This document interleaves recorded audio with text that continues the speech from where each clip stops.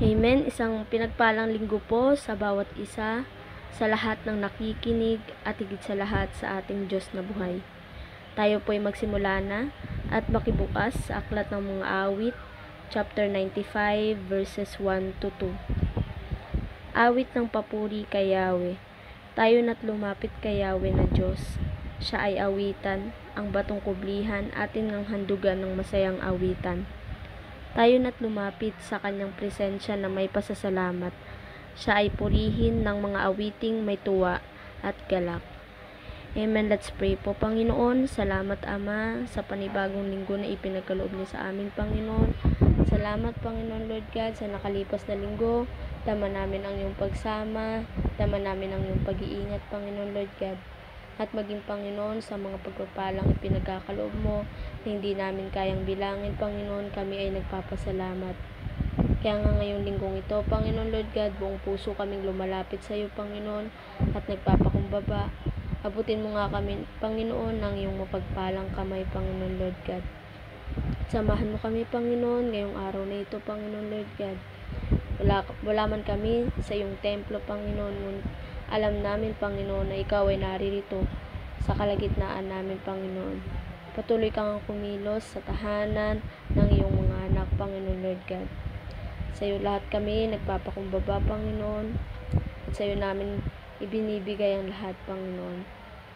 Sa matamis mong pangalan, aming Diyos na buhay. Amen. Hallelujah, magandang umaga po sa mga anak ng Diyos. Simulan po natin ang awitan natin sa Panginoon sa pamamagitan ng panalangin na may pasasalamat. Panginoon, marami pong salamat sa umagang ito, sa pagkakataon na muli kami, Panginoon, ay makakapagpuri at makakapagsamba sa inyong harapan.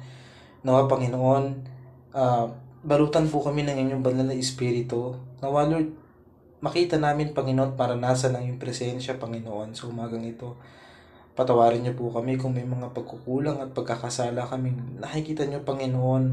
Hayag man ulihin mga kasalanan, Panginoon, O God. Tunay, Lord, na nagpapalinis po kami, Panginoon, sa umagang ito. Nawa, Panginoon, makita mo rin kami at masumpungan, Panginoon, na tunay na nagpupuri sa inyo, sa Espiritu at sa katotohanan. Salamat, Lord. Gabayan niyo po kami, Panginoon, makadako sa iyong kabanal-banalang presensya sa umagang ito. Ang mga awitin namin, Panginoon, ang aming mga pagsayaw at pagsamba, tanging sa iyo lang namin inaalay. At ano man, Lord, ang mabagabag sa mga damdamin namin, mga pagsubok at problema, Lord, isasantabi namin ito, Panginoon, sapagkat ang araw na to ay nilikha mo para sambahin ka sa Espiritu at sa katotohanan, Panginoon. Marami pong salamat. Pangunahan niyo kami, Panginoon, sa aming pagpupuri sa umagang ito. Salamat sa iyo, aming Panginoong Jesus. Amen.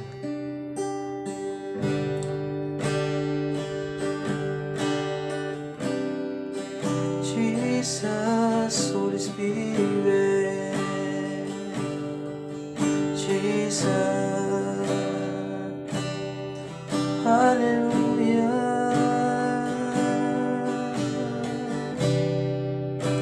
Oh, Jesus,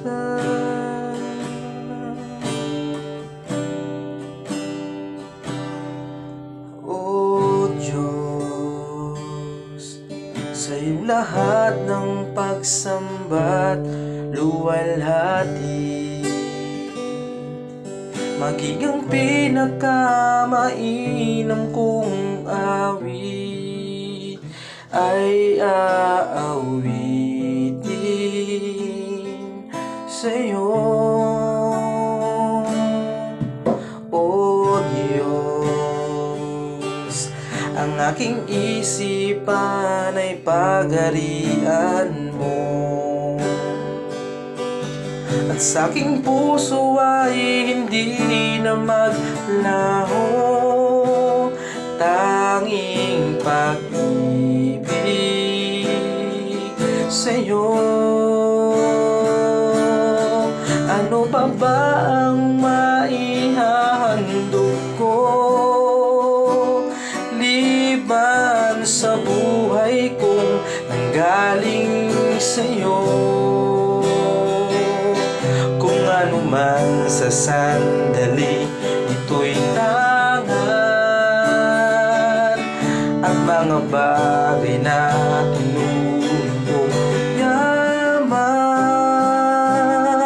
ito'y hindi pa rin sapat sa alay na nararapat sa'yo. Napakasarap mong umawit sa ating Panginoon. Hallelujah. O Diyos, sa iyong lahat ng pagsamba't luwalhati, maging ang pinakamainam kong awit ay aawitin sa iyo. O Diyos, pagharian mo ang aming isipan, Lord. Isipan ay pagharian mo. Sa aking puso ay hindi na maglaho, tanging pag-ibig sa iyo. Ano pa ba ang maihahandog ko liban sa buhay ko galing sa iyo? Kung ano man sa sandaling ito'y tangan at mga bagay na tinuring ko yaman, ito'y hindi pa rin sapat sa aray na nararapat. Ano pa ba ang maihahandog ko liban sa buhay ko nang galing sa iyo? Kung ano man sa sandaling ito'y tangan at mga bagay na tinuring ko yaman, ito'y hindi pa rin sapat sa alay na nararapat. Ano ba ba ang maihandog mo liban sa buhay kong nanggaling sa'yo? Kung ano man sa sandaling ito'y tangan at mga bagay na tinuring ko yaman, ito'y hindi pa rin sapat sa alay na nararapat. Ano pa ba ang maihahandog ko liban sa buhay ko nanggaling sa iyo? Kung ano man sa sandaling ito'y tangan at mga bagay na tinuring ko yaman, ito'y hindi pa rin sapat sa alay na nararapat. Ito'y hindi pa rin sapat kahit ialay ang lahat. Ito'y hindi pa rin sapat kahit ialay ang lahat sa'yo.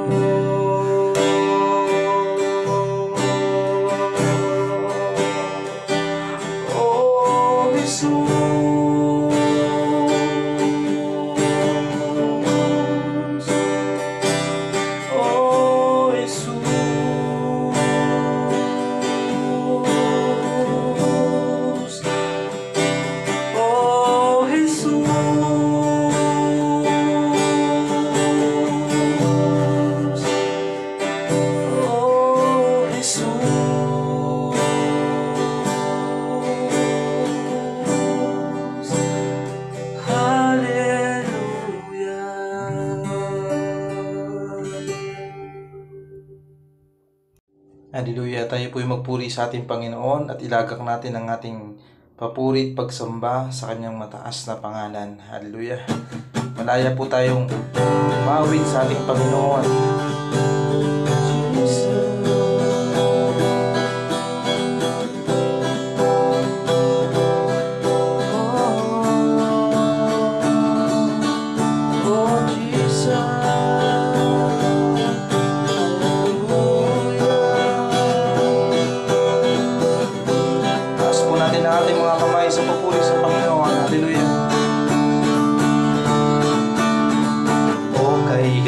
Pagmasdan, tayo'y nag-aawitan,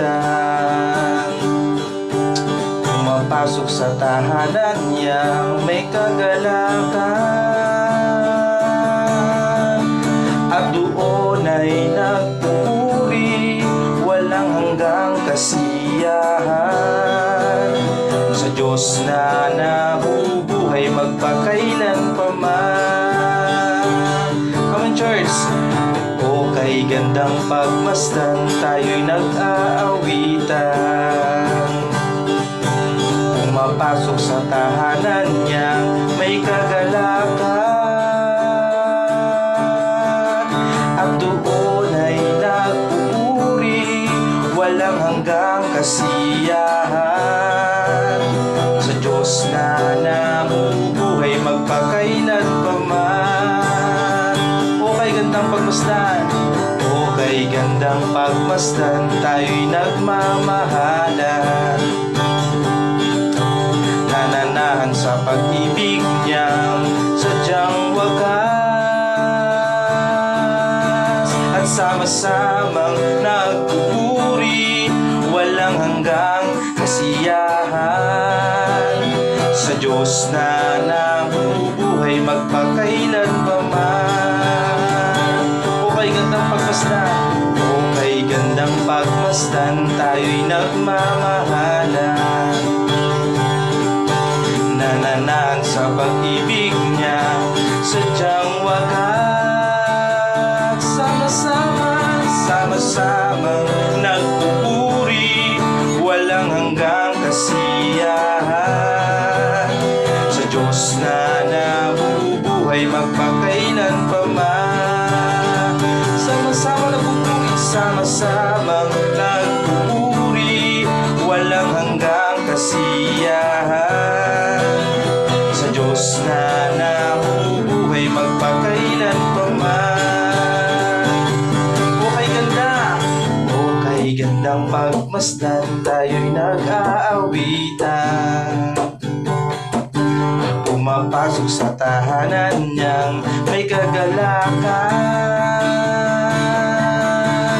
at doon ay nagpupuri, walang hanggang kasiyahan, sa Diyos na nabubuhay magpakailan pa man. Pupuri, Lord, at doon ay nagpupuri, walang hanggang kasiyahan, sa Diyos na nabubuhay magpakailan pa man. Sa uling pagkakataon ko, at doon nagpupuri, at doon ay nagpupuri, walang hanggang kasiyahan, sa Diyos na nabubuhay magpakailan pa man. Sa Diyos na nabubuhay magpakailan pa man. Sa Diyos na nabubuhay magpakailan pa man. Sa Diyos na nabubuhay magpakailan pa man. Palakpakan po natin Diyos na buhay. Hallelujah. Buhay kang Diyos sa aming mga buhay, Panginoon. Hallelujah, Jesus.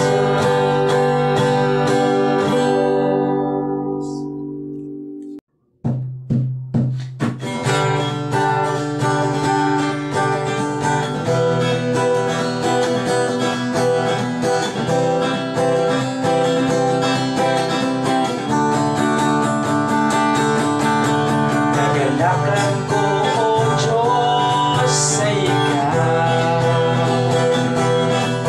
sa presensya mo'y kalakas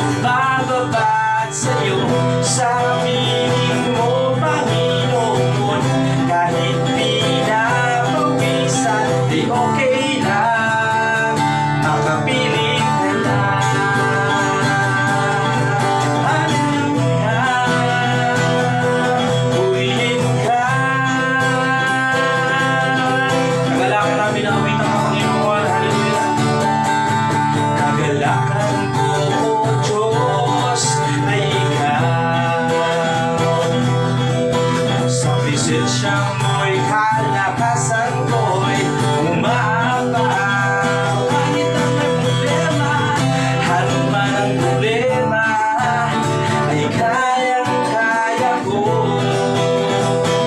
Sa gitna ng pagsubok ako ay sasamba. Magpupuri sa pagpupuri sa'yo. Ako ay sasayaw sa'yo, sasambahin ang ngalan mo. Kahit pinipigilan ay di papayag na tatahimik lang. Palaging magbababa sa'yo, sa piling mo, Panginoon. Kahit pinapawisan ay okay lang, makapiling ka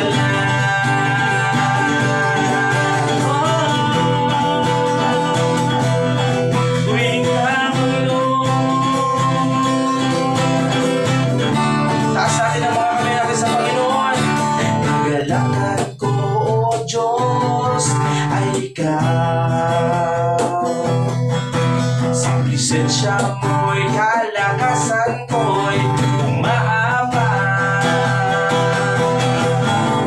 Anuman ang problema ay kayang-kaya ko. Sa gitna ng pagsubok ako ay sasamba. Magpupuri sa'yo. Ako ay sasayaw sa'yo, sasambahin ang ngalan mo. Kahit pinipigilan ay di papayag na tatahimik lang. Palaging magbababad sa'yo, sa piling mo, Panginoon. Kahit pinapawisan ay okay lang, makapiling ka lang. Ako ay sasayaw sa'yo, sasambahin ang ngalan mo. Kahit pinipigilan ay di papayag na tatahimik lang. Palaging magbababad sa'yo, sa piling mo, Panginoon. Kahit pinapawisan ay okay lang, makapiling ka lang. Ako ay sasayaw sa'yo, sasambahin ang ngalan mo. Kahit pinipigilan, hindi papayag na tatahimik lang. Laging magbababa sa'yo, sa piling mo, Panginoon. Kahit pinapawisan ay okay lang, makapiling ka lang. Ako ay sasayaw sa'yo, sasambahin ang ngalan mo. Kahit pinipigilan ay di papayag na tatahimik lang. Palaging magbababad sa'yo, sa piling mo, Panginoon. Kahit pinapawisan ay okay lang, makapiling ka lang.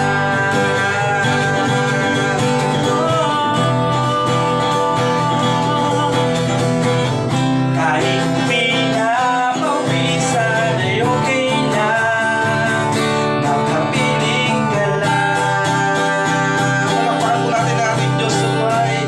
Palakpak po para sa ating Panginoon. Hallelujah, Jesus.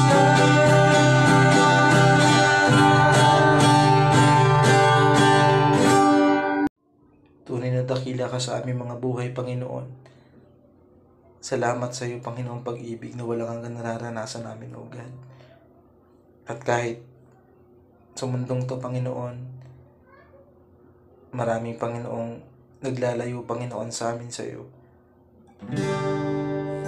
Tunay na hindi nagbabago, Panginoon, ng pagmaliw ng pagmamahal, Panginoon, sa amin.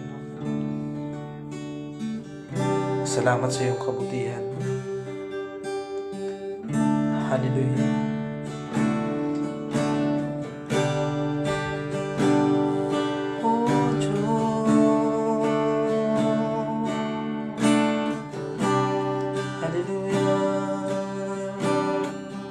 Salamat sa iyong pag-ibig, di na umauli, Panginoon. Diyos, Ikaw ang tunay na dakila sa mundo. Ikaw ang haring nagmahal ng tulad ko. Ginawa mong lahat, pag-ibig mo ay tapat at wagas. O Diyos, wala nang papantay sa kabutihan mo.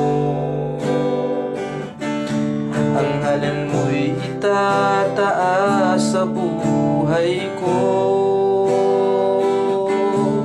Sundin ang loob mo, parinig ang nais mo. Sa lahat ng panahon, Diyos ka sa amin. Sa lahat ng oras, nariyan para sa amin. Panginoong Hesus, purihin ka. Dakilain ka sa buhay ko, aming mahal.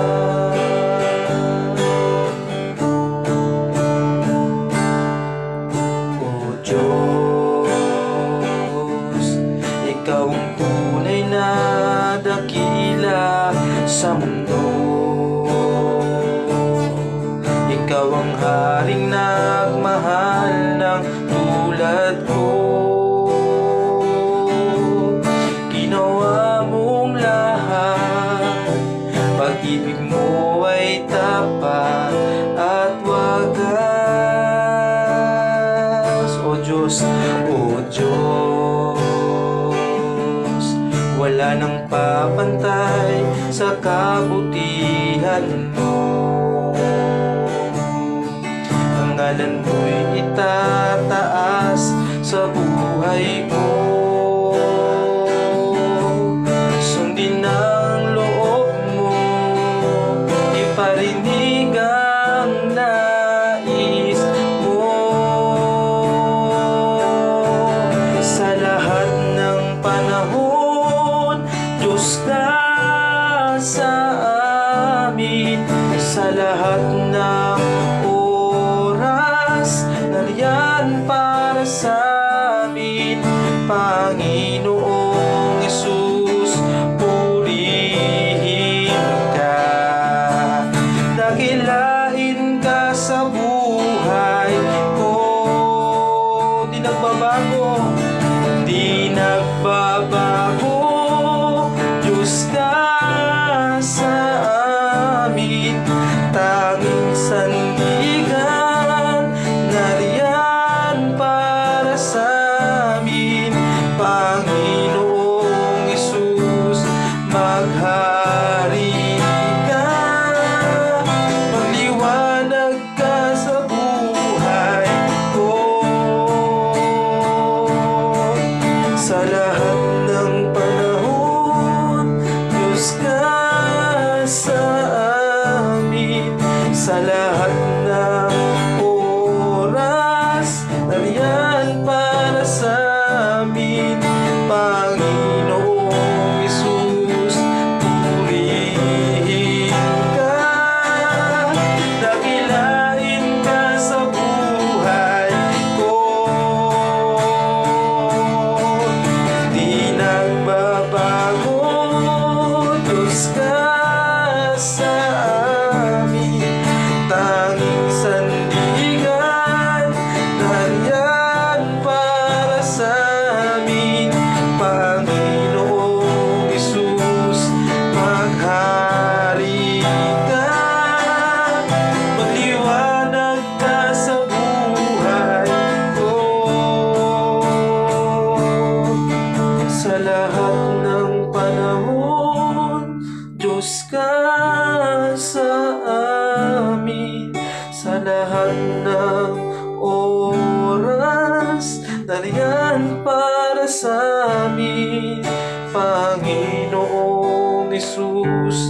Purihin ka, dakilain ka sa buhay ko.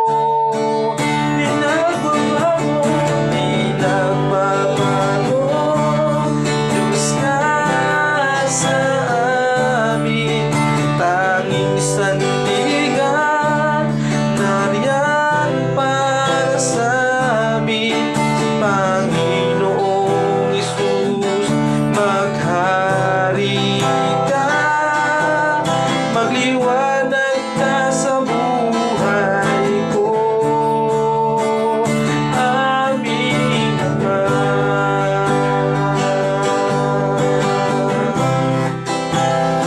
Aming Ama.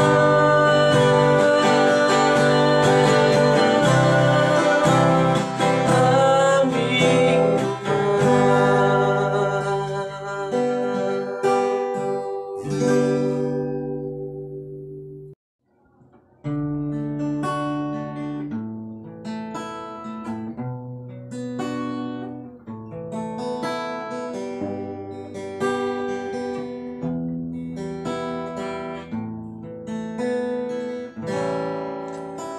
Kay buti-buti mo, Panginoon,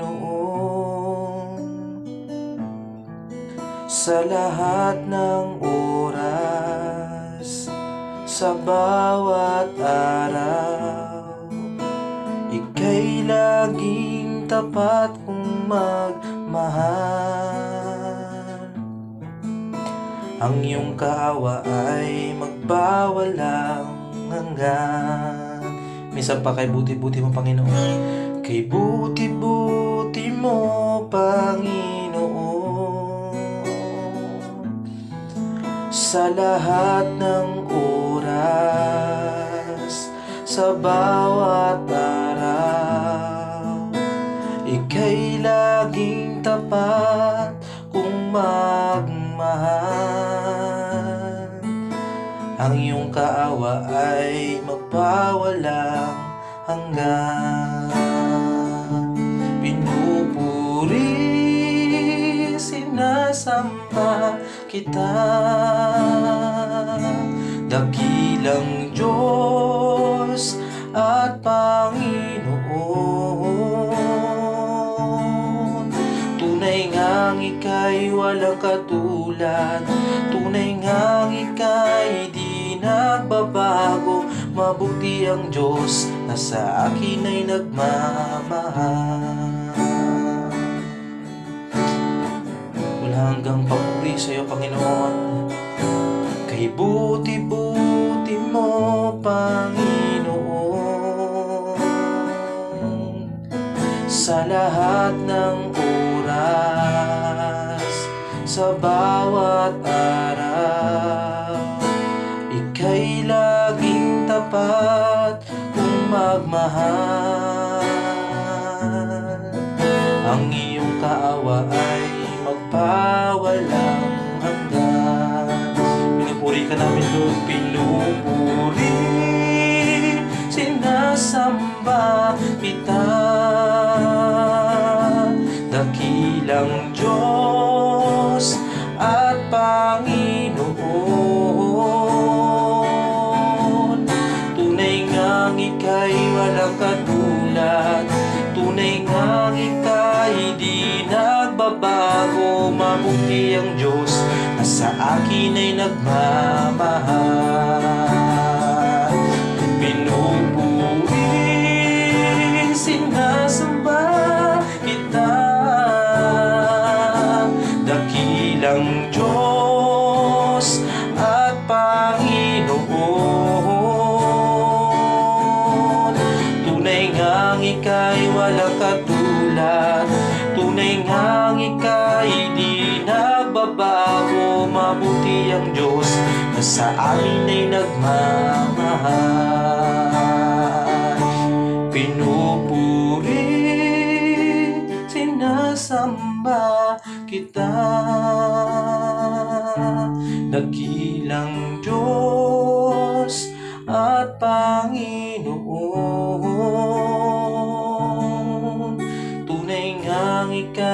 walang katulad. Tunay ngang ika'y di nagbabago. Mabuti ang Diyos na sa amin ay nagmamahal. Sabihin natin sa Panginoon, pinupuri, sinasamba kita, dakilang Diyos at Panginoon. Tunay ngang ika'y walang katulad. Tunay ngang ika'y di nagbabago. Mabuti ang Diyos na sa amin ay nagmamahal. Mabuti ang Diyos na sa amin ay nagmamahal. Napakabuti mo. Mabuti ang Diyos na sa amin ay nagmamahal.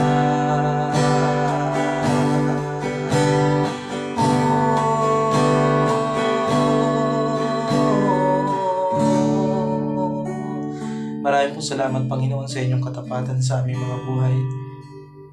Salamat at nararanasan namin, Panginoon, na walang hanggan yung pag-ibig sa amin, Panginoon. Napakarami man namin pagkukulang, Panginoon, sa harapan mo at pagkakamali. Maraming salamat at habag at awa mo, Panginoon, ay lagi namin nararanasan. Salamat, Lord, sa lahat ng plano mo. Alam namin, Lord, na kahit anong gawin namin pag-iwas, kung saan mo kami, Panginoon, ilalagak, Panginoon, nandun ang kalooban ng Panginoon. Maraming salamat. And Lord, ang mga labi namin ito ay magpupuri lamang sa iyo. Ikaw lamang sasambahin, Panginoon. Salamat sa iyong walang hanggang pag-ibig. At pinagkakatiwala po namin sa inyo ang gawain ito. Salamat sa iyong salita na matatanim sa puso ng bawat ito. Tunay, Lord, na salamat namin, Panginoon, ang iyong walang hanggang pagmamahal at pag-ibig sa amin, Panginoon. Salamat, Lord, sa umagang ito, sa iyong mataas sa papurit pasasalamat sa pangalan mo, aming Panginoong Jesus. Amen.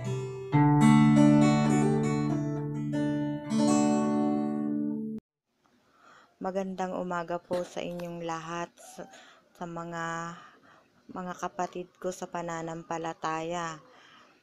Higit sa lahat po ay ang Panginoon sa ating mga buhay.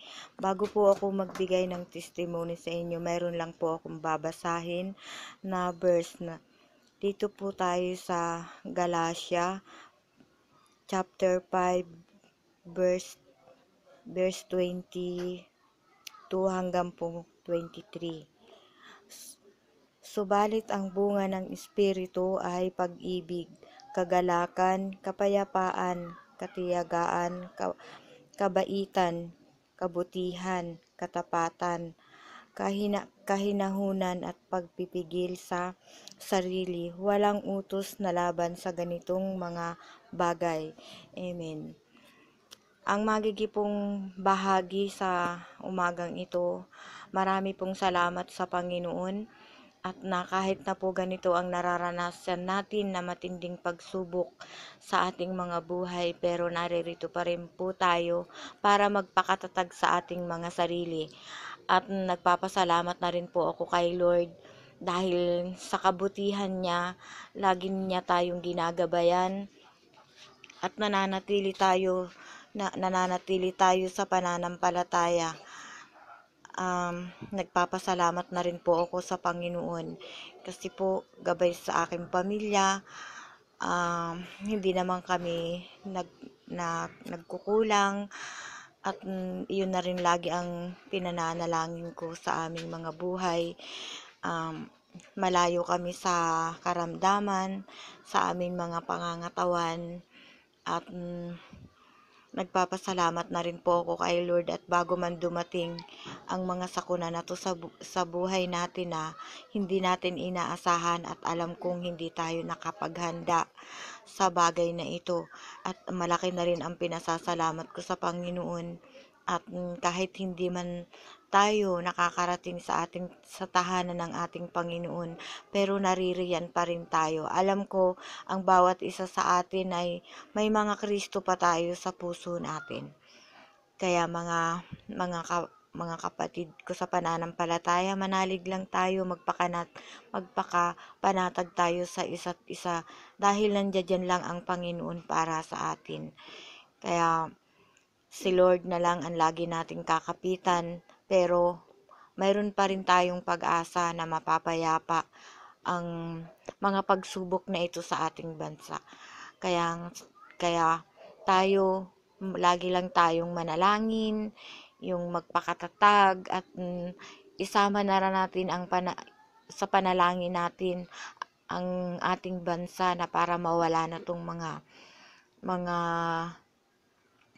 mga ano mga COVID-19 na ito, at alam kong nasa sa atin pa rin lahat tayo magsama-sama para sa panalangin na bumalik na tayo sa dati natin. Kaya ako yung lagi kong pinanalangin din kay Lord na makabalik na tayo sa ating pagsamba, dahil alam nating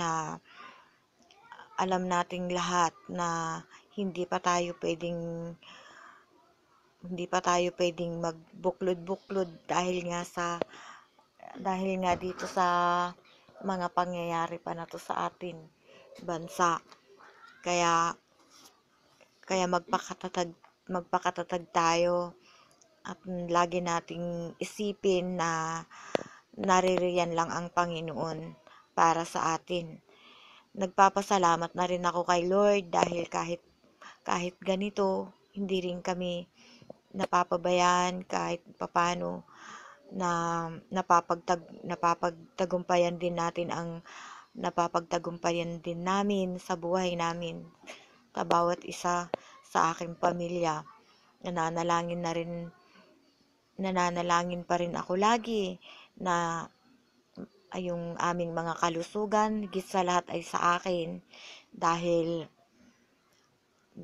nga sa aking karamdaman na rin, pero naniniwala pa rin ako na ang Panginoon nandiyan para sa akin.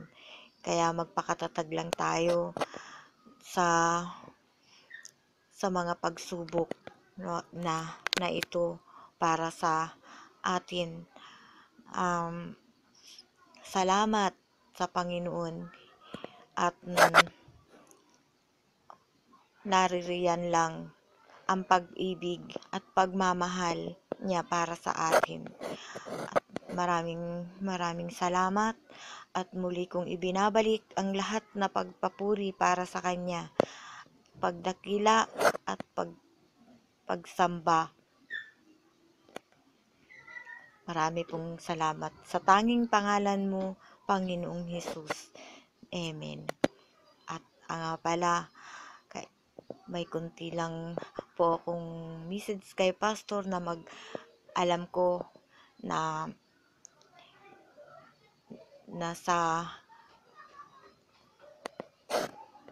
wala rin akong may ibang maisasabi kay Pastor. Magpakatatag ka rin po, at alam ko po na naririyan ka para sa amin, na bilang isang ama sa pananampalataya. Dahil po kahit na papano, nakakabahagi ka pa rin ng mga salita ng Diyos para sa amin.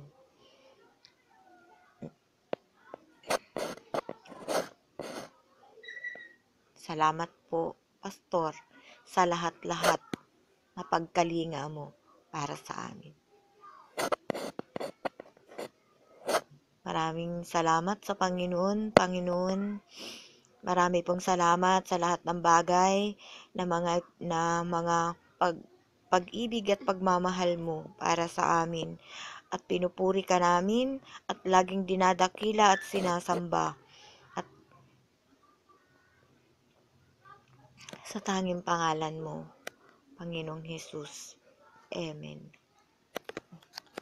Patayin mo na.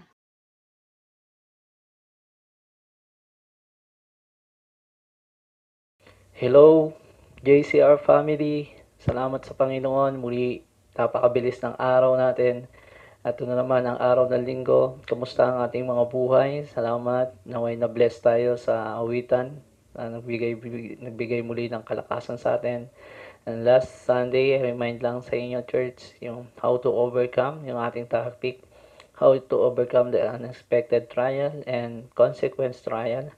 So, naway dalangin ko na may nakapulutan tayong mga mabubuting aral din sa pinahayag na mensaheng iyon. Naway salamat dahil may mga nagpatotoo na talagang kailangan na hindi expected na talaga yung mga situation na ganon. And then salamat dahil nanatili tayong tapat sa gitna ng mga pagsubok at doon natin matatagpuan ang katagumpayan. Doon nabubuo, tulad ng sinabi ko, ang pagtitiwala at pagtsatsaga. No po. So ngayon naman is the month of October, first Sunday of month of October. So papasok tayo, napakabilis ng panahon at papasok na tayo sa gawain ng ano bang sinaselebrate ng month of October. This is a teacher month and pastor month, no? And then ngayon tayo ay papasok sa ating topic. It's about the importance of having a spiritual advisor, no? Gaano ba kahalaga sa atin ang merong tayong spiritual advisor? Ito po. So, bago yan, magsimula tayo ngayon sa buksan natin ang awit ay ang pangalawang hari, chapter 5, verse 8. Bago tayo manalangin. So, kamusta mga JCR family? Tsaya-tsaga lang tayo sa situation na ganito. Naniniwala ko, isang araw, meron na tayong sambahan na talagang masasabi natin at doon na tayo malayang sasamba. So, buksan po natin ang ikalawang hari, chapter 5, verse 8. Kung nandiyan na po kayo. Ang sabi dito, nang babalitaan ni Eliseo ang ginawa ng hari, pinasabi niya, bakit ninyo gagahakin ang inyong kasuotan? Sa akin ninyo siya papuntahin para malaman nilang may isang propeta dito sa Israel.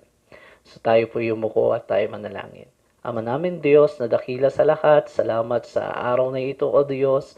Tunay ngang pinagpala mo ang bawat tagapakinig ngayon. Tunay nga o Diyos na muli mong buksan ang puso't isipan ng bawat isa upang maunawaan, Panginoon, ang kahalagahan ng iyong salita sa tuwing araw ng pananambahan, O Diyos. Tulad ng iyong sinabi, Panginoon, na kami ay hindi lamang nabubuhay sa tinapay na aming kinakain, bagkus nabubuhay din kami sa salita ng Diyos. Salamat sa mga lingkod mo na walang sawang naghahayag at nagpapahayag, nagbibigay pagkaing spiritual sa amin, katulad ng pagbabahagi ng iyong banal na salita na nagbibigay kalakasan spiritual sa amin. Tunay nga Lord na ang bawat pamilya ngayon na nakikinig, i-bless at ingat at gabayan mo po sa kanilang pakikinig at maunawaan, O Diyos, maintindihan. Salamat ngayon din ang iyong lingkod na magbabahagi ngayon. Samahan mo ko ng iyong pagkilos ng iyong banal na espiritu. Ikaw ay aming itinataas sa iyong pangalan, Panginoong Hesukristo. Amen. So, salamat sa Panginoon. Muli, tayo ay dadako. So, our topic today is the importance of having a spiritual advisor. So, napakahalaga po sa buhay ng isang mananampalataya o sa isang tao na meron siyang spiritual advisor. Na po, sa itong binasa natin sa 2 King chapter 5 verse 8, ito yung time na mayroong isang sundalo, so may natin pag-usapan, mag-backread tayo doon, na meron siyang sakit, no? And then, sabi doon, sinabihan ng hari na si Joram, ang hari dito ay si Joram na meron siyang spiritual advisor. Ang spiritual advisor niya dito ay si Eliseo. Si Eliseo ay isang spiritual advisor o tinatawag na propeta ng bansang Israel. At si Haring Joram ang laging sumasangguni kay Propeta Eliseo sa kanyang spiritual advisor upang siya ay malaman niya yung mga nais na ipabatid sa kanya ng Diyos. So, sa time ang spiritual advisor ay hindi na nawala that time. So, back tayo doon sa panahon ni King Saul, ang kanyang spiritual advisor noon ay si Samuel. Kung kilala nyo si Saul, yung hari na pinalitan ni David, bago maging hari si David, pinalitan niya itong si King Saul. Ang kanyang spiritual advisor doon ay si Samuel. Si King David naman, ang kanyang spiritual advisor ay si Samuel. At nung sa panahon ni King David, namatay si Samuel, ang pumalat sa kanya ay si Nathan. Kung natatandaan nyo last Sunday, yung aking na topic is about dun sa consequence trial, sino yung spiritual advisor na lumapit kay David the time nung siya ay nagkamali, di ba? Nung sabi, kinuha ang isang tupa na pinakamamahal, tapos tumayo si David, hindi maaari yan, ganyan, etc. etc. Yung spiritual advisor doon na nag-review kay David ay si Nathan, si Prophet Nathan. And then, sa panahon naman ni King Solomon, nung naging hari na after ni David, si King Solomon naman ang sumunod, si Nathan pa rin. Si Nathan pa rin yung kay King Solomon. And then, after ni King Solomon, ito na may mga haring dumating, mga hari na, ito na yung pangunguna na ang spiritual advisor na dito ay si Eliseo. Ito na, si King Ahab, si King Joram, and then pagdating sa panahon ni Haring Hezekiah, si Isaiah na. No, naalala nyo yung si Haring Hezekiah? Si Haring Hezekiah yung binigyan pa ng Diyos ng 15 taon para mabuhay. At sinong spiritual advisor ang pumunta doon? Ang pumunta doon na spiritual advisor ay si Isaiah. So nangangahulugan lang na nung panahon na yon, ang kanilang prophet o ang kanilang pastor o spiritual advisor ay si Isaiah sa panahon ni Haring Hezekiah. Nung sinabihan yung event na yun, naalala niyo yung event na yun na pinunta ni Propeta Isaiah, si Hezekiah, sabi niya, mamamatay ka na, wala nang lunas yung sakit mo. And then, bumaling si Haring Hezekiah at nanalangin sa Diyos, Panginoon, patawarin niyo po ako sa aking mga nagawang kasalanan, hanggat maaari nagsisisi po ako. And then, nakita ng Diyos yung pagluha, pagpapakumbaba ni Haring Hezekiah, and then kinausap agad itong si Prophet Isaiah na puntahan mo si Haring Hezekiah at sabihin mo sa kanya, nandinig ko ang kanyang mga dalangin, bibigyan ko pa siya ng 15 taon na extend ng buhay. So, yun yung sa madaling salita, ang spiritual advisor ni Hezekiah ay si Isaiah. And then next, sa panahon naman ni sa panahon ni Haring Zedekiah, ito yung ang kanyang spiritual advisor naman ay si Jeremiah. Si Jeremiah, no? Si Zedekiah ay pasaway, hindi nakikinig kay Jeremiah, mas pinapakinggan niya yung mga positibo at hindi yung rebuke ni Jeremiah. Pero ang pinadala sa kanya ng Diyos ay si Jeremiah para sa maging spiritual advisor niya. So, kung pag-aaralan natin yung buhay ni Haring Zedekiah, ito po ay napakasalimuot. Kasi nung panahon na sinasabihan siya, nagpipreach si Haring Jeremiah, si Prophet Jeremiah, hindi niya pinapansin. So, nasabi pa nga doon sa event na yun, puro na lang kapag itong si Jeremiah ang nagsalita, puro na lang negatibo ang para sa akin ang binibigay. So to the point na pinakulong pa ito si Jeremiah ni Haring Sidikaya. Sa aklat ng Jeremiah mababasa natin. So sa madaling salita, si Haring Sidikaya pinadalahan ng Diyos ng propeta o spiritual advisor na si Jeremiah. Pero anong nangyari kay Sidikaya? Hindi niya nire-respeto itong mga spiritual advisor na ito na si Jeremiah. Kaya anong nangyari sa kanya? Kapahamakan. So na-captured o nasakop yung bansang Israel at kinuha sila ng mga Babylonia na pinaghaharian ni Nebuchadnezzar. And then, at noong doon, siyempre,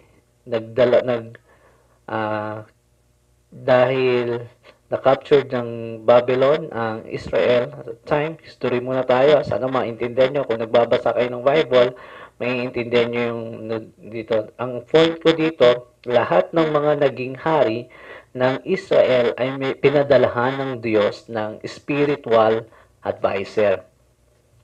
And then, nung kay Nebuchadnezzar o Nabucodonosor, ang pinadala doon sa kanya ay si Daniel.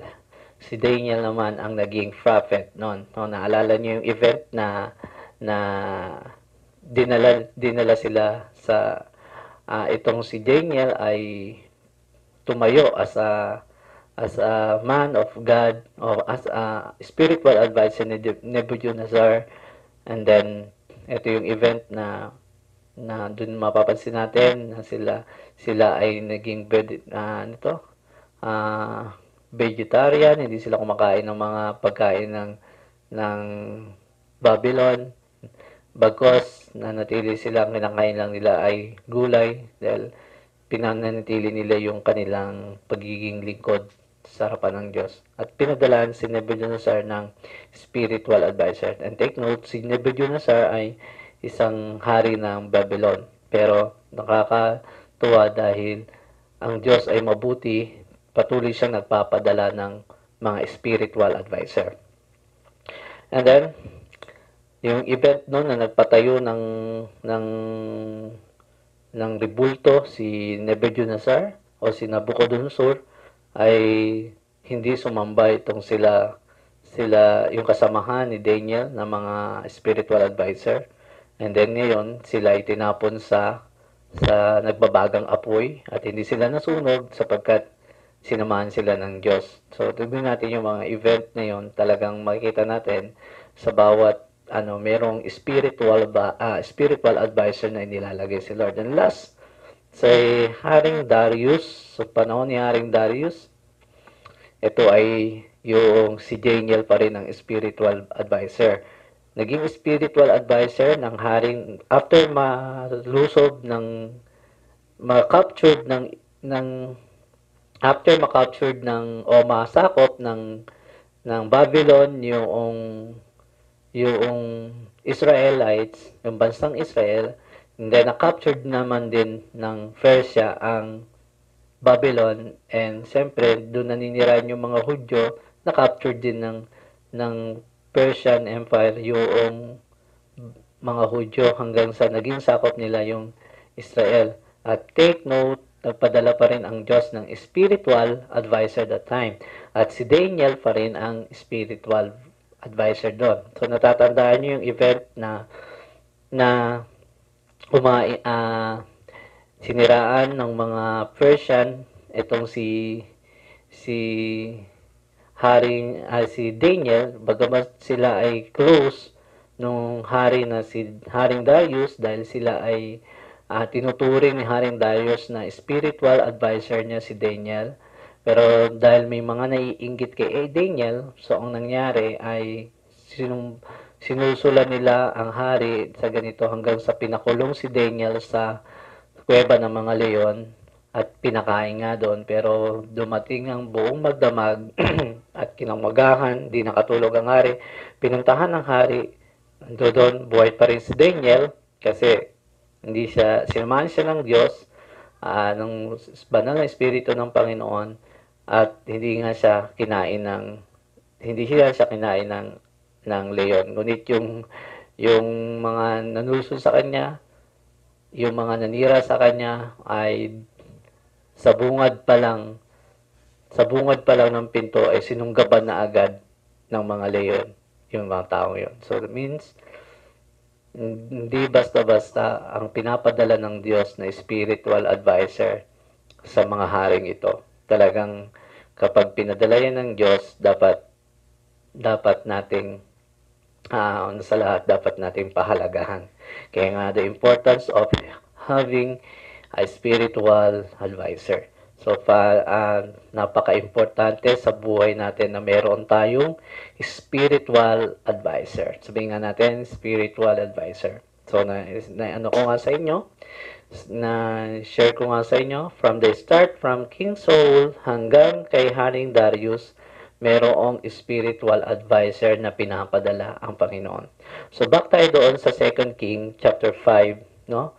Ito yung istorya doon sa ang hari sa panahon na ito ay si Haring Joram. Ang hari na ito sa panahon nito ay si Haring Joram at ang kanyang spiritual advisor dito ay si Eliseo. Ngayon, sa Syria, punta tayo sa istorya ng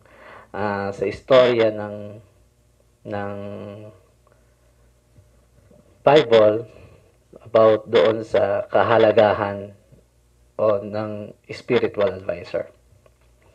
The work of spiritual advisor. Sabi dito, buksan natin yung Bible sa chapter 2 King chapter 5, no? Pinagaling, anong topic dito?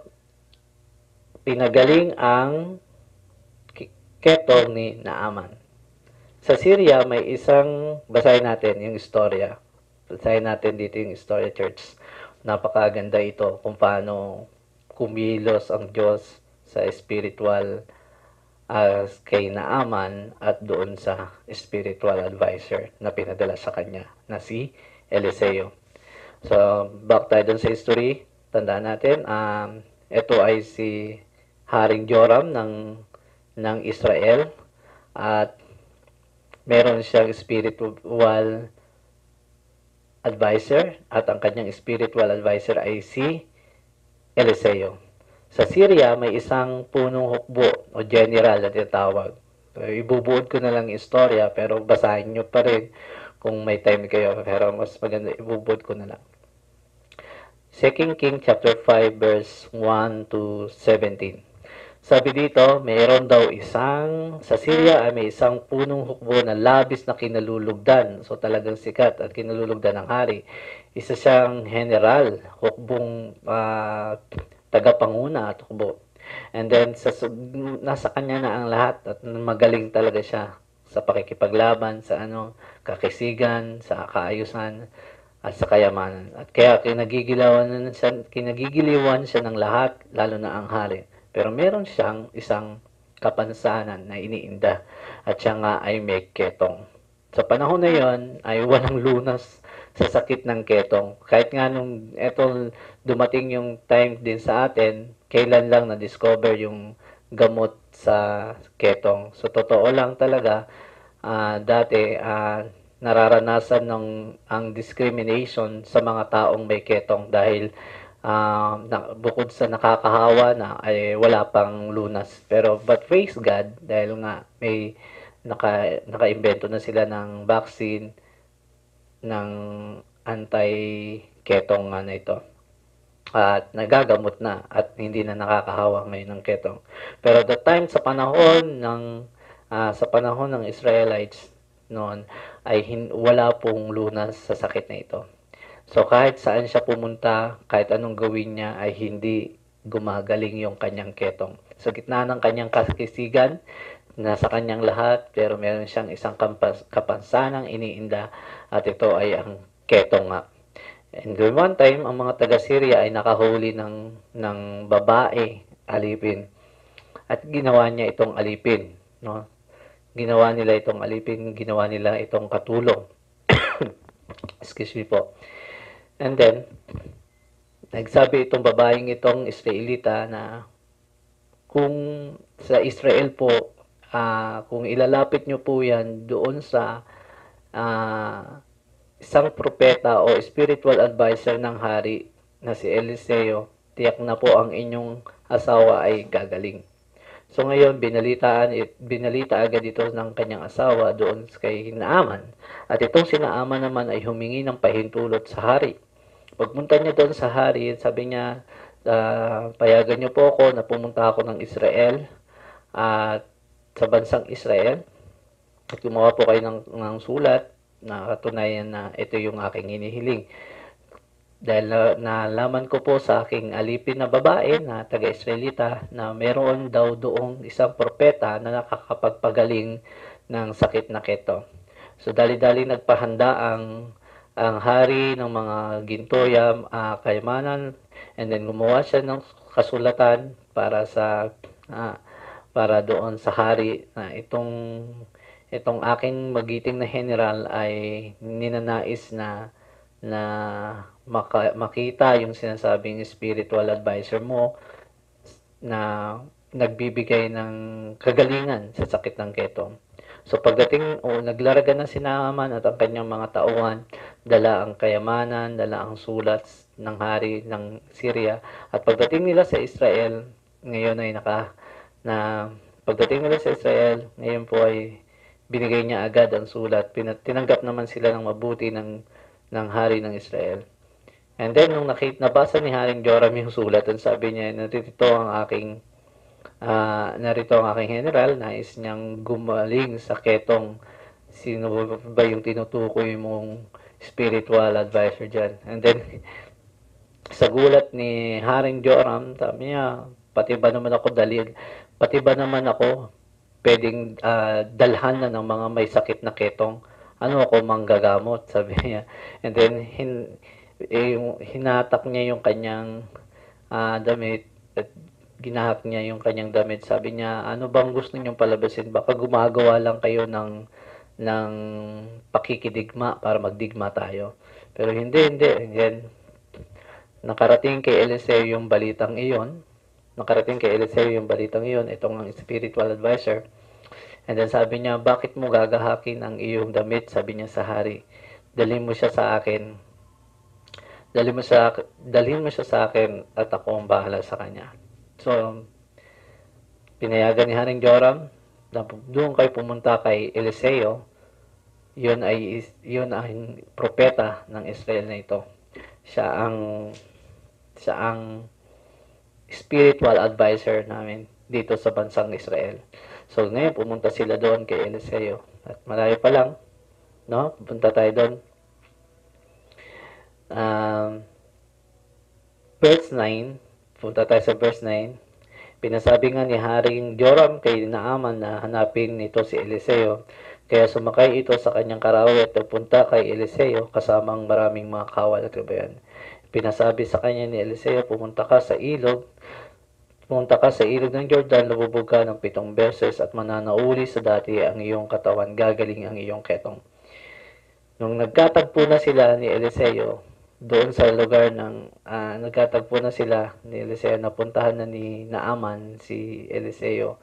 And then, alam na ng spiritual advisor na ito na si Eliseo na yung pangangailangan ni Naaman. At ang sabi ni Eliseo, sige, kung gusto mong gumaling ang iyong ketong, sundin mo yung aking sasabihin. Pumunta ka sa ilog ng Jordan at lumubog ka ng 7 beses doon sa ilog ng Jordan. Alam niyo, church, sa ilog ng Jordan ay marami ng tao na doon. Mapapansin nyo nga sa panahon ngayon sa Israel, makikita mo na hindi na malinaw talaga yung tubig doon sa ilog Jordan na pinagbabautismuhan ngayon ng mga tao doon sa bansang Israel sa panahon ngayon, no? Parang kulay putik na siya, makikita natin pag nag-search kayo, makikita nyo yung tubig nga sa Jordan River ay how much more nung panahon na yon, hindi pa nililinis dahil nga para sa mga turista ngayon, nililinis nila para sa mga turista. Nung panahon na yon, talagang marami ng tao sa paligid ng ilog Jordan. So ibig sabihin, para na siyang ilog Pasig sa panahon ngayon. Ilog Pasig yun. So talagang madumi. nadumi po yung ilog Jordan na yun. Kaya nag-react agad itong si si Naaman, tumalikod agad siya at umalis siya agad siya at tumalikod siya agad siya dun sa mga ano, and then sinabi niya bakit niya ako palulubugin ng 7 beses sa ilog Jordan, napakarumi doon. Pwede naman doon sa mga ilog ng may mga binanggit siyang ilog dito, sabi niya, bakit doon pa ako pasisisirin sa verse 12? Bakit hindi sa alinmang ilog ng Damasco tulad ng Abana at Farfar?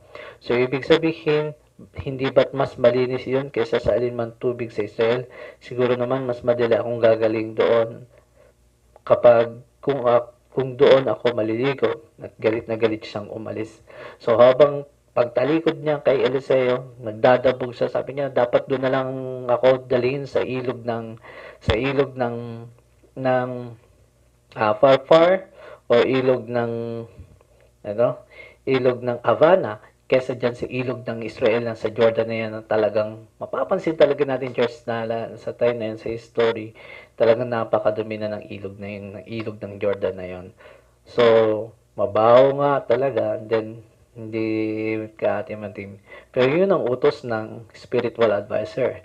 Na pag ginawa mo yun, ay gagaling ka. Kaya, patakbo siya doon hanggang sa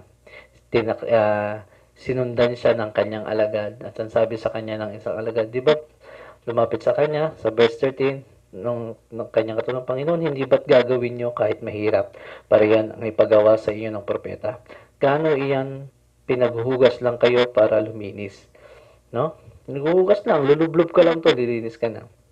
Kaya nga, nang mapag-isip-isip ni Naaman, lumusong siya sa ilog Jordan at lumubog ng 7 ulit. At tulad ng sinabi ni Eliseo, nauli sa dati ang kanyang katawan at kuminis ang kanyang balat tulad ng balat ng sanggol. So salamat, merong spiritual advisor na pinadala ang Diyos para madakila ang Diyos sa kanyang ginagawang himala sa buhay ni Naaman. So sinundan siya nung kanyang alipin, si Naaman, and then sinabi niya na sundin mo na lang, Panginoon, yung sinasabi ng propeta. Kaya sinisid ka na lang, lumubog ka na lang 7 beses. Alam niyo, church, ang pagkakaalam ko, ito lang, teorya lang natin. Bakit pinalubog ng 7 beses sa maruming tubig ng ilog Jordan si Naaman para siya ay luminis at maging bago ulit? Hindi dito issue yung ketong Issue dito yung character o attitude ni Naaman. Sa Catholic, merong 7 deadly sin na tinatawag. Ano yung 7 deadly sin nila na yun? Maaaring ito yung nilinis sa sarili, hindi yung ketong. Maaaring ito yung nilinis sa sarili ni Naaman. Dahil una sa lahat, si Naaman ay isang siya ay ginagawa niya lahat yung 7 nakakamatay na kasalanan. Kaya 7 beses siyang pinalubog ni Prophet Eliseo doon sa tubig ng ilog ng Jordan na madumi. So, yung 7 deadly sin na yun, first, yung pride niya, yung kayabangan niya. Siyempre, general siya, mayabang siya. Doon nga, tignan mo, mapapansin natin doon sa kanyang kinilos, di ba? Na sabi niya, akala ko pa naman, pagpunta doon pagsalubong, tatayo sa akin ng matuwid. Sabi doon, at sasabihin niya na mag-aano siya sa akin, magpapakumbaba sa akin. Sabi, General, ito po ang pinapasabi ng Diyos para gumaling kayo. Ganito po ang gagawin nyo. Hindi Talagang dinirect siya ni Propeta Eliseo. At sabi niya, lumubog ka ng 7 beses sa ilog ng Jordan at gagaling ka.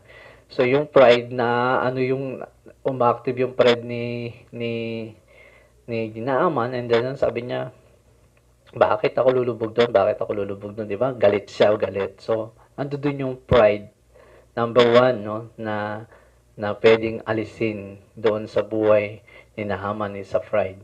And then number two, yung greed, yung kasakiman, no? Yung kasakiman ni Naaman. Si Naaman ay dahil sa isang general, dahil sa lahat ng kanyang magustuhan ay kanyang kakamkamin. So, isa yun sa pangalawa, sa pitong nais na alisin ng Diyos sa buhay ni Naaman. Yung greed o yung kasakiman.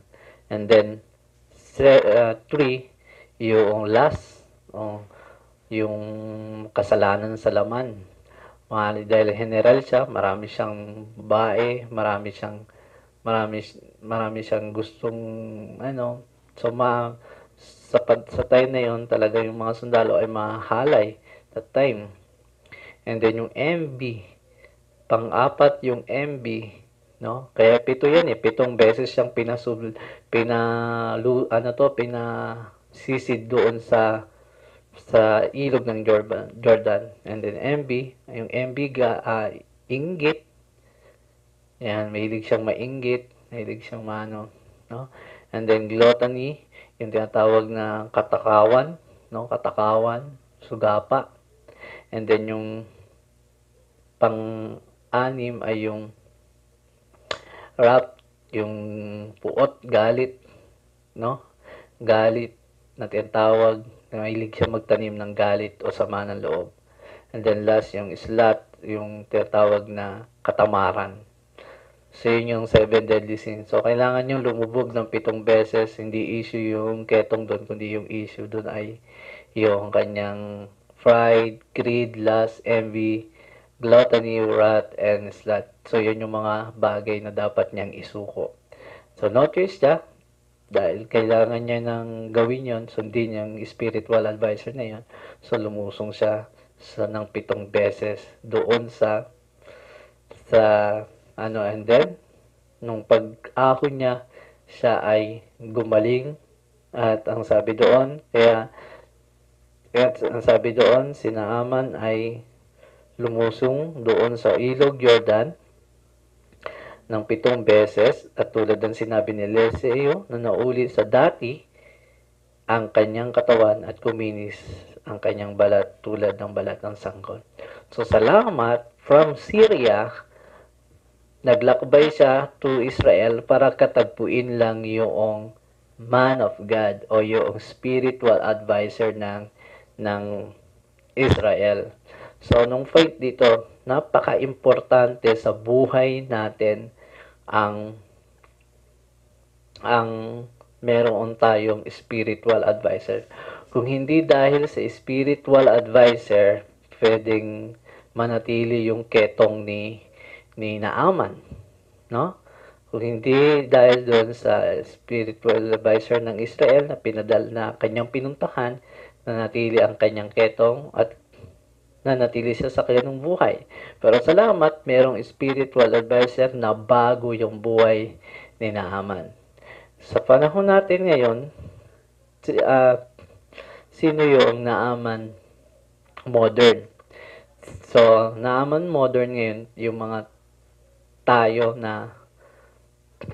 na nilinis at binago ng Panginoon at merong tayong spiritual advisor na nanatili, nagtsatsaga sa atin, na nagbibigay encouragement, na walang sawang nagbibigay ng salita ng Diyos sa atin at nagpapaalala sa atin para dalhin tayo sa maayos na buhay. Minsan, nararanasan natin itong situation ni Naaman na minsan parang hindi natin matanggap yung sinasabi ng ating spiritual advisor. Pero para naman ito sa ikabubuti. Alam mo, pinadala ng Diyos yung spiritual advisor na yan para sa iyo o sa inyong pamilya. So, pahalagahan natin yung spiritual advisor. Huwag na tayong tumulad sa life ni King Saul na nireject niya yung si Samuel at hindi niya sinunod yung mga sinabi ni Samuel na pinapasabi ng Diyos. So, anong nangyari kay King Saul? Kung pag-aaralan natin na lagi niyang nire-reject yung sinasabi, ayaw niya makatanggap ng rebuke, gusto niya lang matanggap kay sa kanyang spiritual advisor na pinadala ng Diyos sa kanya, na si Samuel, ay yung parang mga mabubuting bagay lang, no? Pero yung mga rebuke ay hindi. So, sa modern na aman ngayon natin, marami pa rin na Kristiyano na minsan nandiyan dyan na yung spiritual advisor nila, naghahanap pa sila ng ibang spiritual advisor. So, nakakalungkot isipin. Alam niyo, church, pahalagahan natin at ito'y kalooban ng Diyos kung bakit binigyan kayo ng spiritual advisor. Katulad namin mga pastor na nagbibigay ng walang sawang nagbibigay ng paalala, walang sawang nagbibigay encouragement, walang sawang nagbibigay rebuke sa inyo ng ano ito, ng mga pag ni-rebuke. So, tanggapin natin, like katulad ng sa preaching, every time pag ako nagpipreach, may mga bagay ako nababanggit na tamang-tama ito sa bawat isa o sa inyo, sa'yo. Biglang, huwag kang magtatampo, huwag magiging attitude yung katulad ni Saul na ang inaabangan niya lang lagi kay Samuel ay yung mga mabubuting salita. Hindi ganun eh. Minsan, ginagamit kami mga spiritual advisor. Bakit namin kailangan sabihin ito?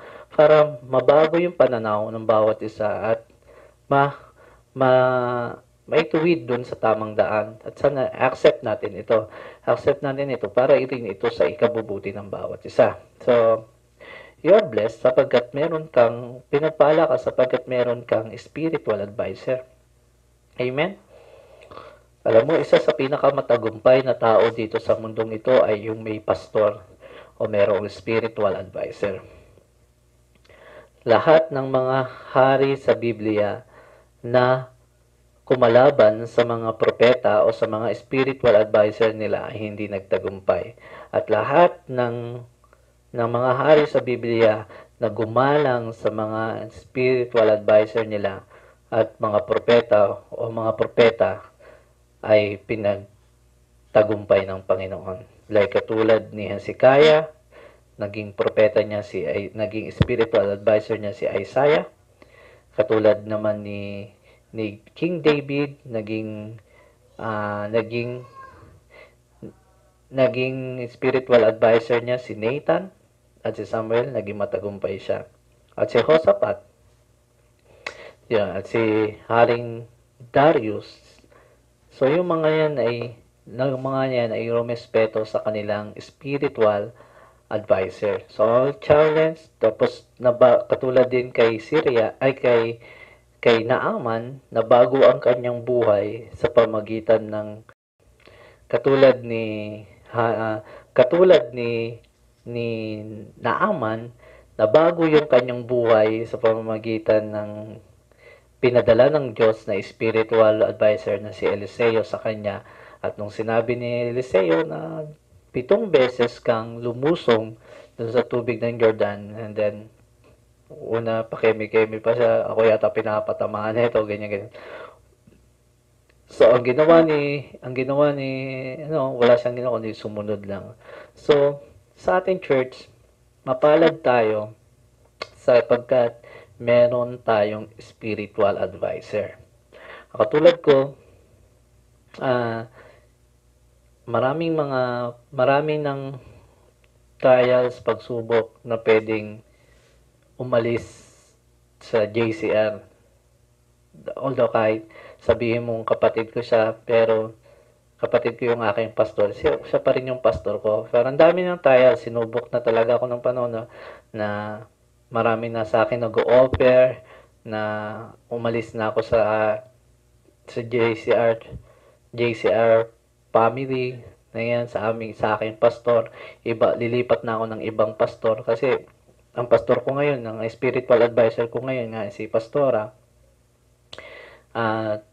nung time na may mga naging kaibigan ako na mga pastor at may mga kaya pa at sasabihin susuportahan nga ako, lalo na-involved pa ako sa mga Koreano, na may sinasabi nila na, sige na,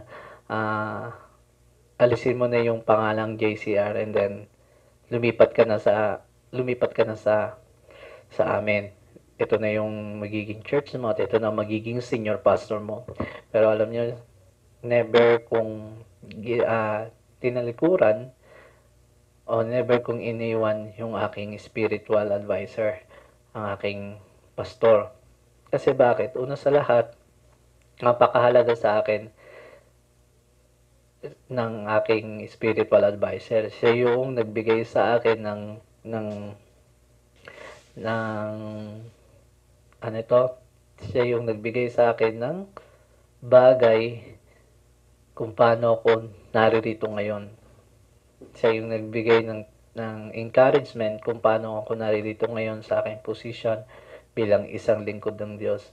Napakalaking at nagpapasalamat ako dahil siya yung binigay ng Diyos. Kung hindi dahil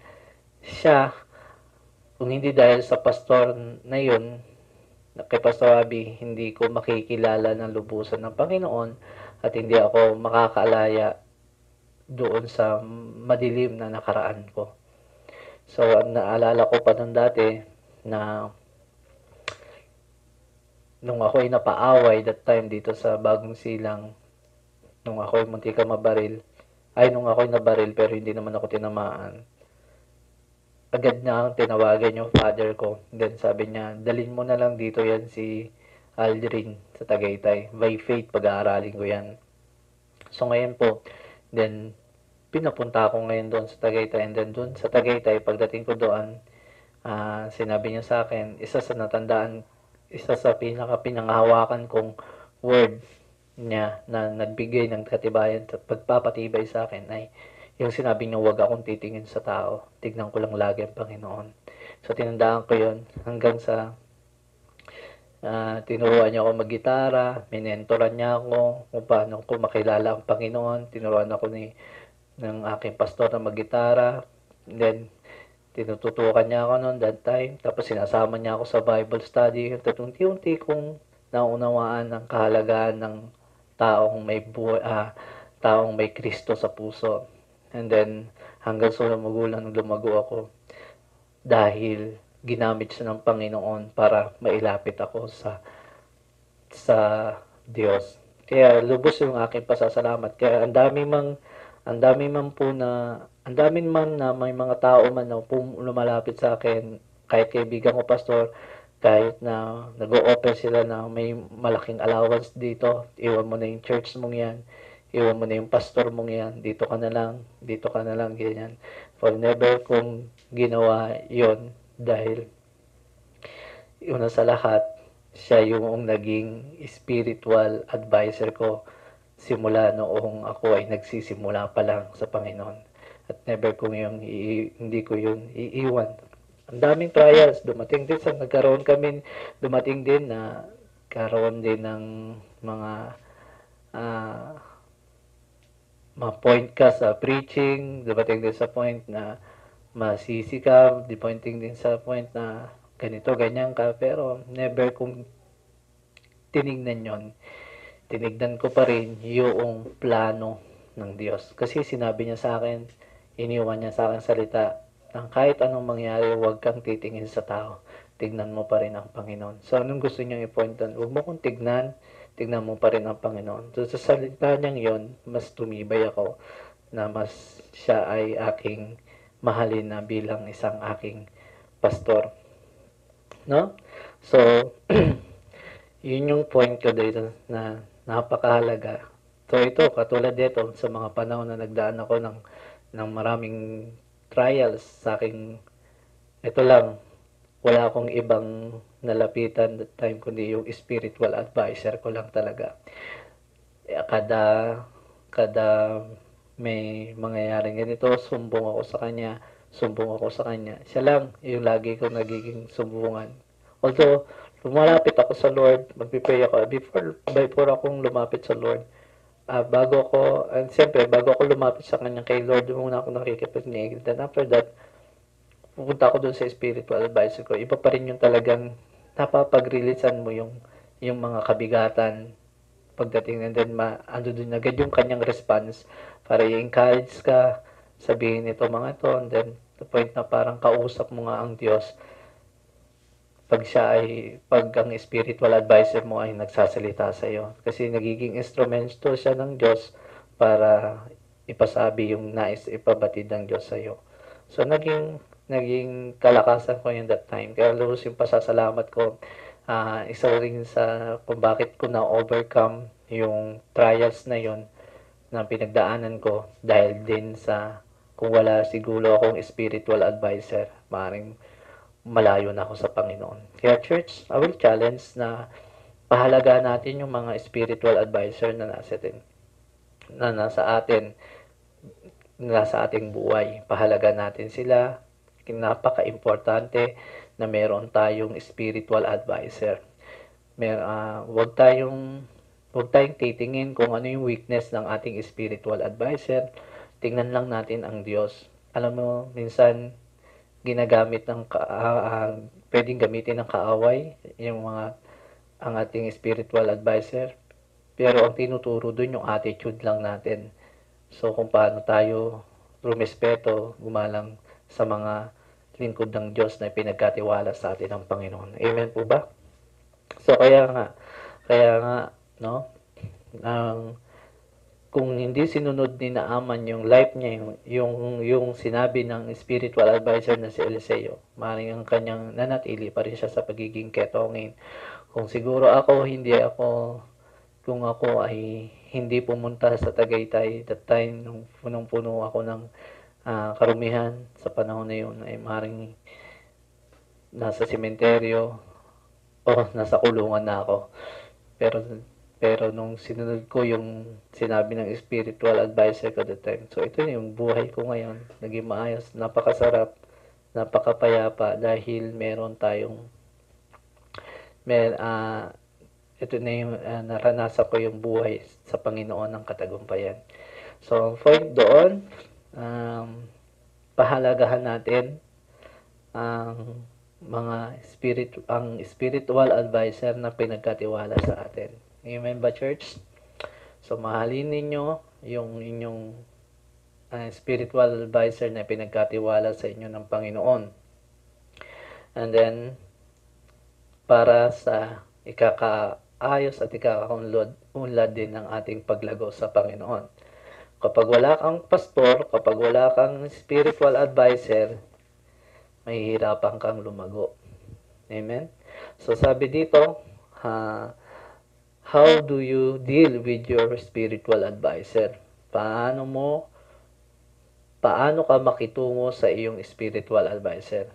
So, paano ka makitungo sa iyong spiritual advisor? Number 1 is respect your spiritual advisor. So, isa lang naman ang hinihingi ng iyong spiritual advisor.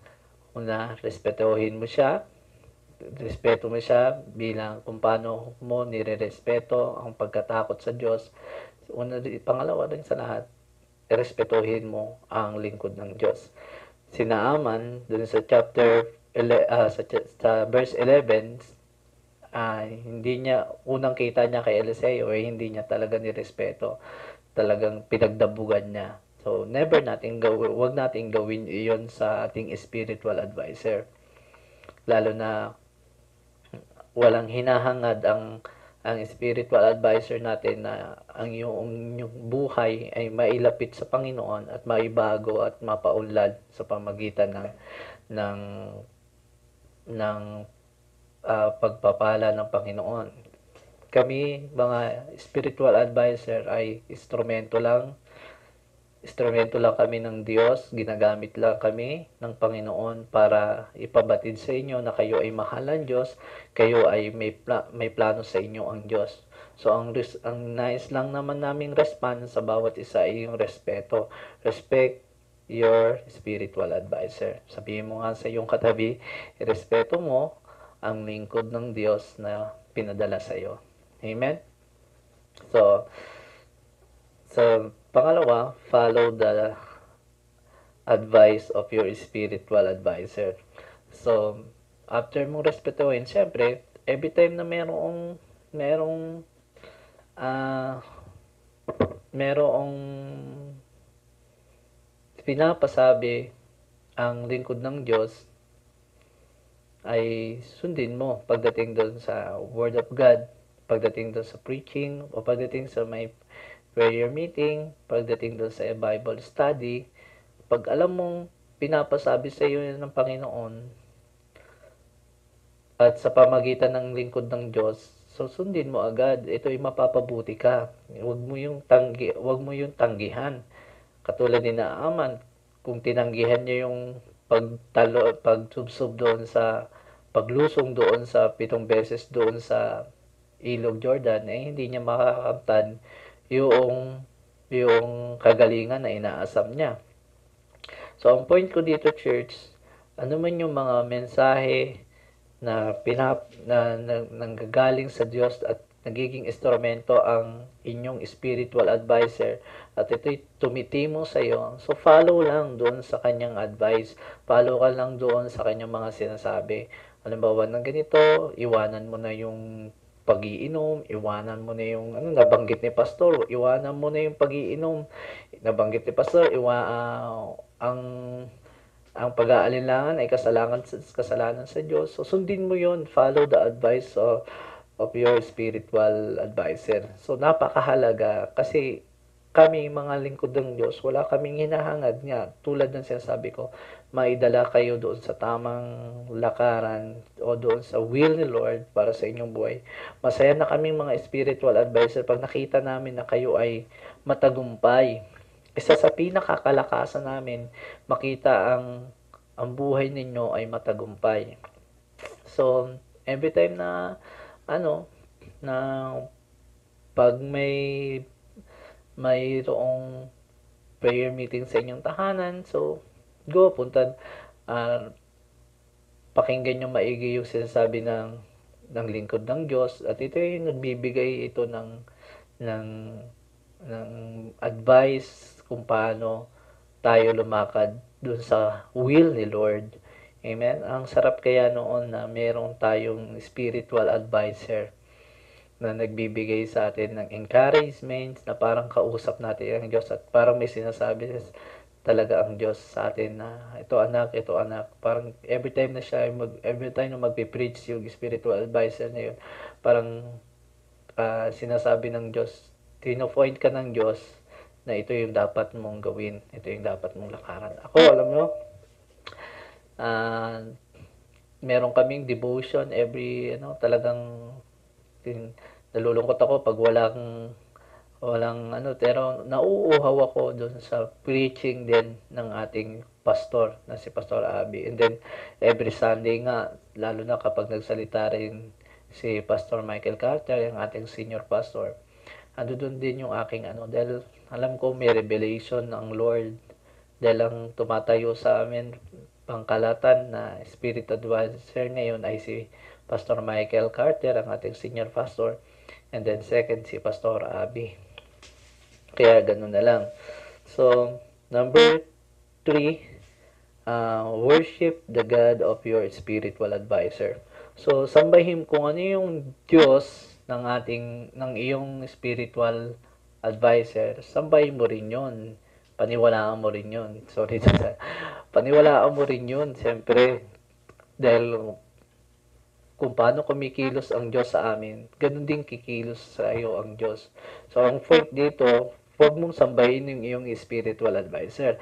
Ang iyong sambahin yung Diyos na sinasamba ng spiritual advisor. Kasi pag once na parang hangang-hanga ka na sa iyong spiritual advisor at natakpan na yung pananalig sa pwede kang mahulog ng kaaway doon.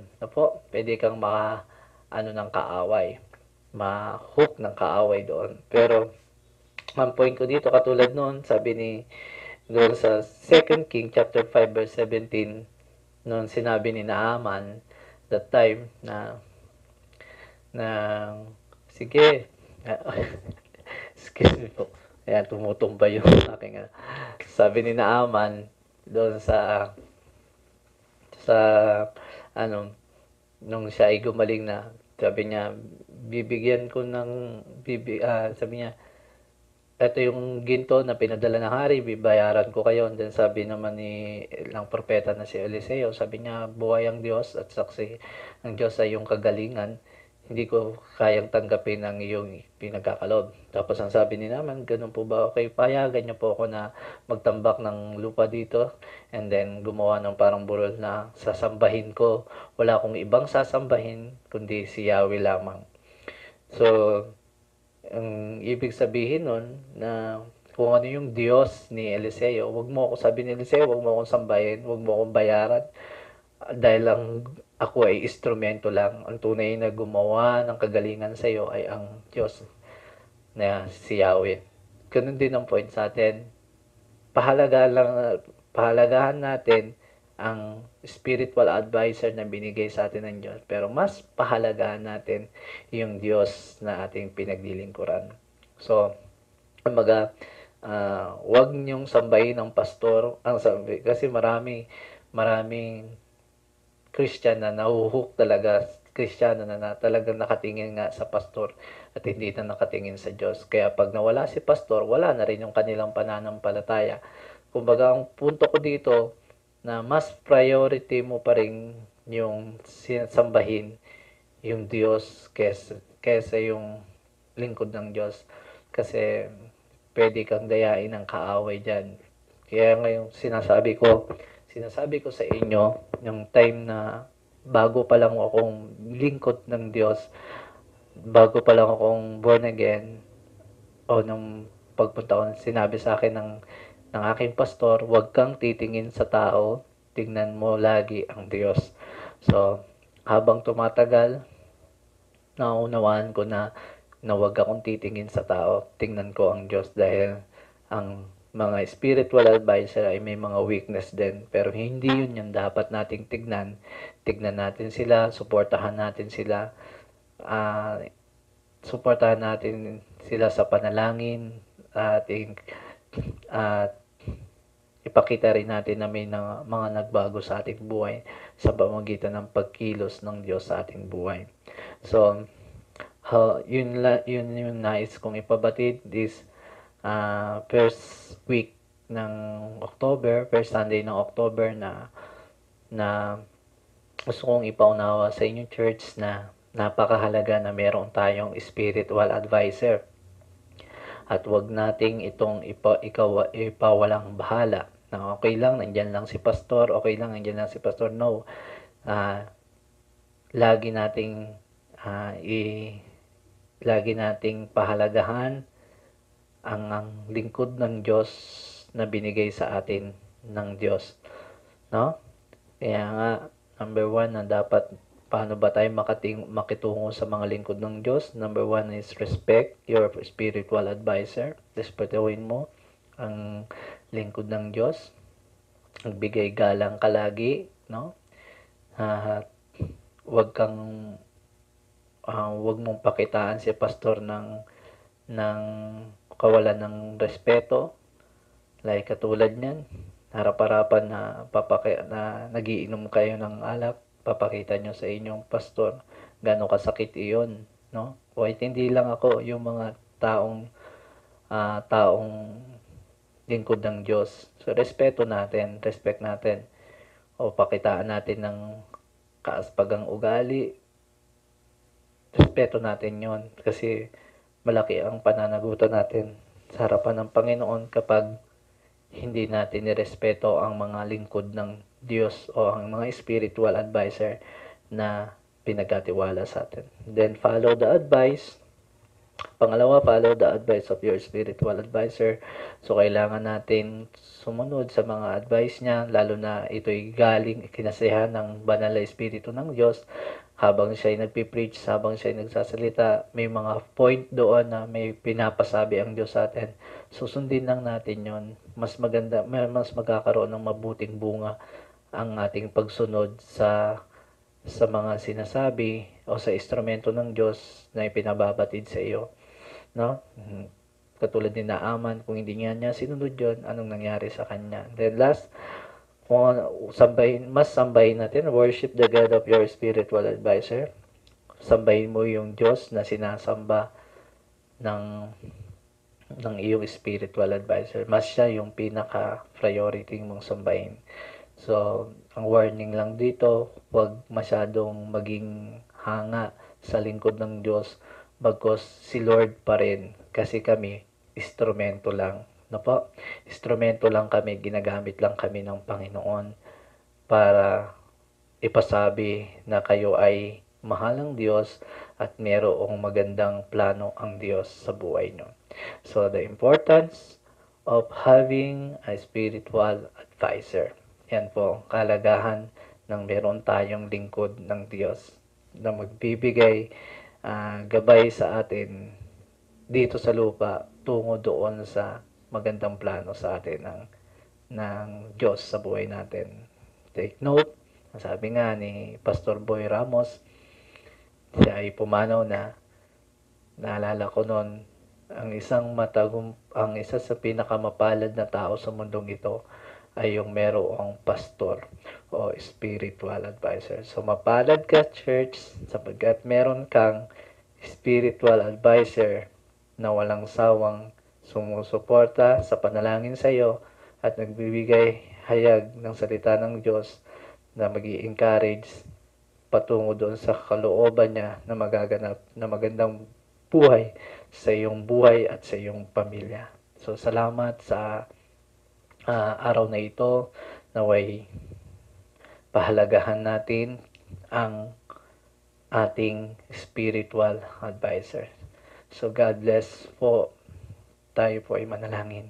Ama naming Diyos na buhay, salamat sa pagkakataong ito. Tunay nga na ikaw ay Diyos na walang sawang nagpapabatid ng iyong mensahe sa bawat isa na nais mong Panginoon, na sa buhay ng bawat isa ay makita nila ang iyong napakagandang plano sa buhay nila.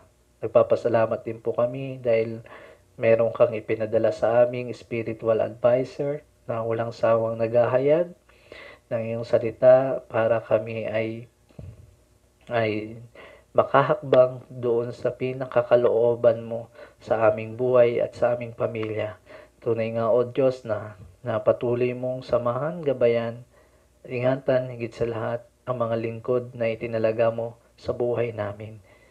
Tunay nga, O Diyos, na patuloy mo silang palakasin, patatagin, upang hindi sila madaig ng gawa ng kaaway. Tunay nga na maging ehemplo pa sila at walang sawang magpahayag ng iyong banal na salita. Ikaw ay aming itinataas, dinadakila sa araw na ito, sa iyong dakilang pangalan, Panginoong Yesus. Amen. Amen. Dumako po tayo sa pangalawang gawain. Ito po ang pagbibigay natin ng tithes and offering. At wala pong akong ibang nais sabihin o ipayo, kundi maging tapat tayo at panghawakan natin sinabi ng Panginoon, be a cheerful giver. At tulad ng nakasaad sa Malakay 3 verse 10, Amen, na kung bigay mo ng buong buo ang iyong ikapo at upang matugunan ang pangailangan ng aking templo, at kundi ko buksan ang durungawan ng langit para sa masaganang pagpapala. Ang katapatan natin, ang pinaka magandang bagay na pwede natin gawin sa Panginoon, yung pagsunod natin, amen, at yung pananalig natin o pinananaligan natin yung kanyang word na sinabi sa Malakay. It is a protection, it is a blessing to increase, amen, yung ating mga kabuhayan, yung ating mga businesses. Amen. So, rumaragas ang pagpapala para sa lahat ng mga anak ng Diyos.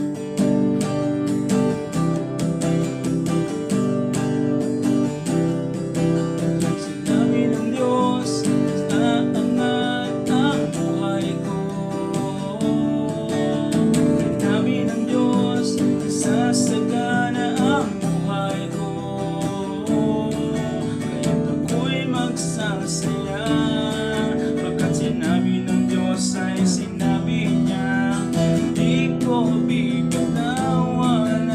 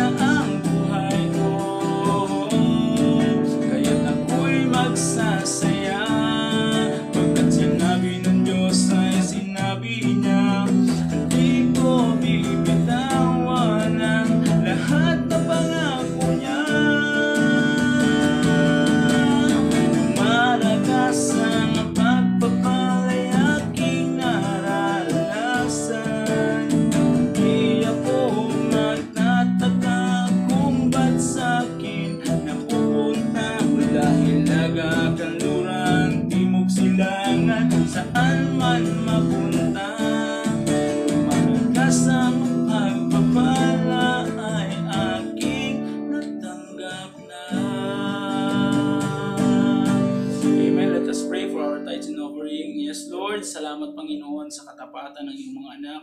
Patuloy mong patunayan sa kanila, Panginoon, nung sinabi mo, O God, na pagpapalain mo sila, Panginoon Lord, dahil sa kanilang katapatan, Panginoon, siksik, liglig at umaapaw pa. Lord, salamat sa increasing, salamat sa blessings, abundant blessing, unexpected blessings, Panginoon Lord, promotions and protections, Panginoon. Salamat, O God, pinupuri ka namin at sinasamba in Jesus' name.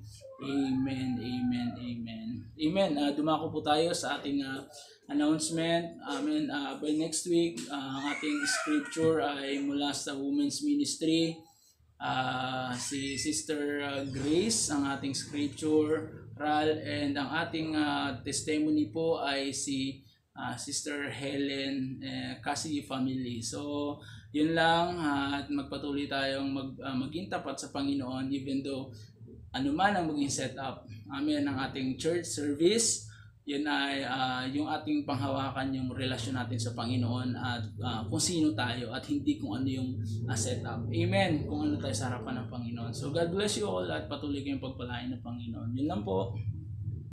Taas po natin ang ating mga kamay. Panginoon, marami pong salamat sa araw na ito, O Diyos, sa natapos na gawain. Tunay nga, Lord, na Ikaw ay maghari sa bawat isa at patuloy na maging baon ang iyong banal na salita, Panginoon.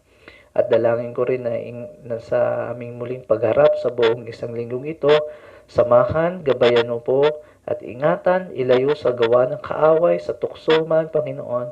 At higit sa lahat, pagpalain mo, Panginoon, ang bawat isa, ang pamilya, Panginoon, at huwag mong pagulangin sa kanilang pangangailangan.